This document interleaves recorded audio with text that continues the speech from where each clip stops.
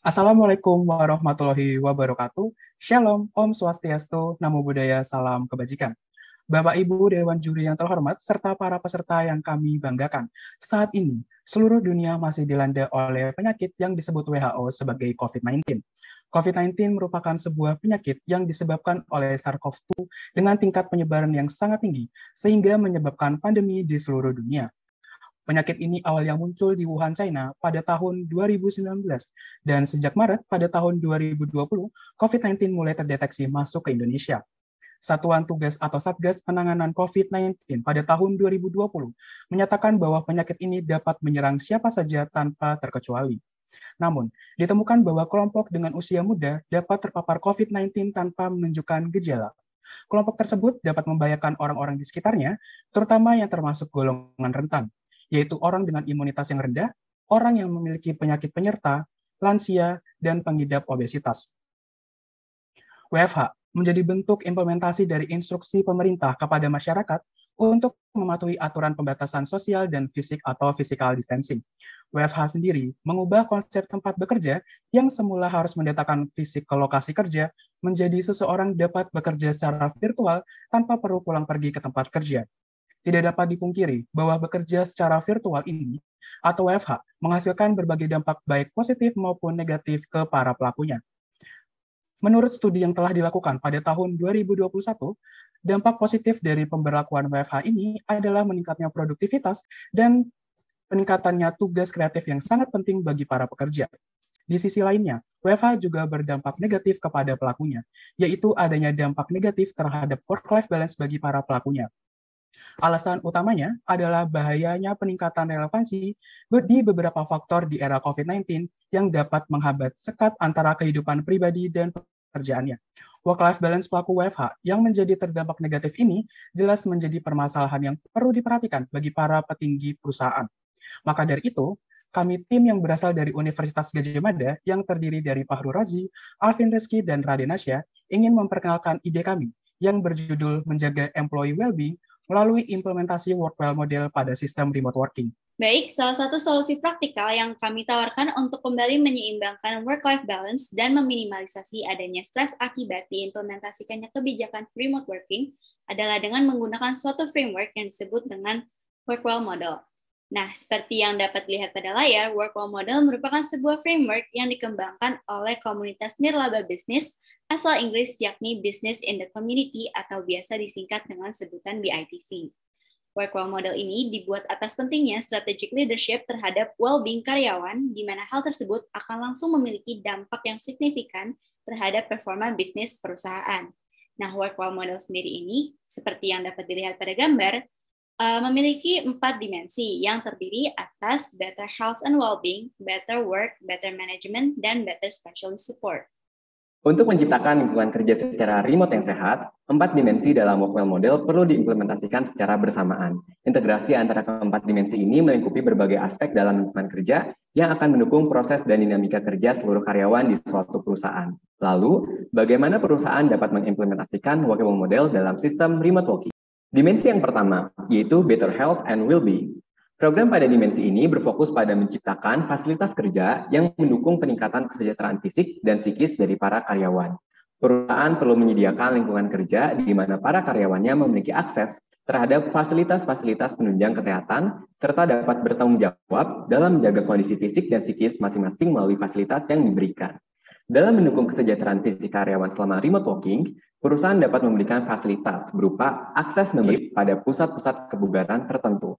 Sistem kerja remote working dapat membuat aktivitas fisik dari para karyawan menjadi turun karena mereka tidak perlu pergi keluar rumah untuk bekerja. Dengan memberikan akses gratis ini, karyawan akan lebih tergerak untuk berolahraga di pusat kebugaran tadi, sehingga stamina dan kondisi fisiknya akan tetap terjaga. Selain itu, perusahaan juga dapat menerapkan fasilitas reimbursement untuk karyawan yang telah memeriksakan kondisi fisiknya pada fasilitas-fasilitas kesehatan, di mana hal ini akan mendorong para karyawan untuk selalu memperhatikan kondisi kesehatannya tanpa perlu khawatir akan biaya yang harus dikeluarkan. Selanjutnya, untuk meningkatkan kesejahteraan psikis, perusahaan dapat menyediakan cuti bagi karyawan dengan kinerja yang terbaik. Rutinitas pekerjaan dalam sistem remote working meningkatkan resiko munculnya kejenuhan dan kelelahan mental yang berlebih, sehingga memberikan kesempatan karyawan untuk memulihkan terlebih dahulu kondisi psikisnya sebelum kembali melanjutkan pekerjaan adalah hal yang penting untuk diperhatikan. Selain itu, kebijakan ini juga dapat meningkatkan motivasi karyawan untuk menunjukkan kinerja terbaiknya agar mereka bisa menikmati fasilitas cuti ini. Selain itu, perusahaan juga dapat memberikan fasilitas yang bersifat entertaining alias hiburan. Hal ini merupakan kesempatan bagi karyawan untuk merefresh pikirannya terlebih dahulu dari rutinitas pekerjaan. Dimensi selanjutnya yaitu better work. Program pada dimensi ini berfokus pada usaha untuk menciptakan kondisi budaya dan lingkungan kerja yang dapat mendukung kesejahteraan seluruh karyawan. Adapun program yang dapat diterapkan adalah yang pertama, dengan mengadakan sesi meet up secara reguler, di mana karyawan dapat membicarakan mengenai kondisi diri, pekerjaan, serta keluhan-keluhan yang mereka hadapi terhadap manajer atau pimpinan tim masing-masing. Melalui program ini, manajer dapat mendeteksi langsung masalah yang terjadi di dalam tim untuk kemudian dicarikan solusinya secara segera. Selain itu, sense of belonging dari para karyawan juga dapat meningkat karena mereka akan merasa bahwa perusahaan menghargai dan mendengarkan aspirasi dari mereka. Program selanjutnya yang dapat diterapkan adalah dengan mengadakan risk assessments untuk mengidentifikasi resiko-resiko yang dapat menimbulkan ancaman atau gangguan secara fisik dan psikis dari para karyawan. Hal ini penting untuk diidentifikasi secara dini agar perusahaan dapat membuat kebijakan yang meminimalisasi munculnya dampak negatif dari resiko tersebut. Dimensi yang ketiga yaitu better management. Usaha dalam menciptakan lingkungan kerja yang sehat dan karyawan yang sejahtera perlu dipandang sebagai bagian dari keberlangsungan proses bisnis secara keseluruhan, baik pada orang-orang di posisi top management, middle management, hingga first line management.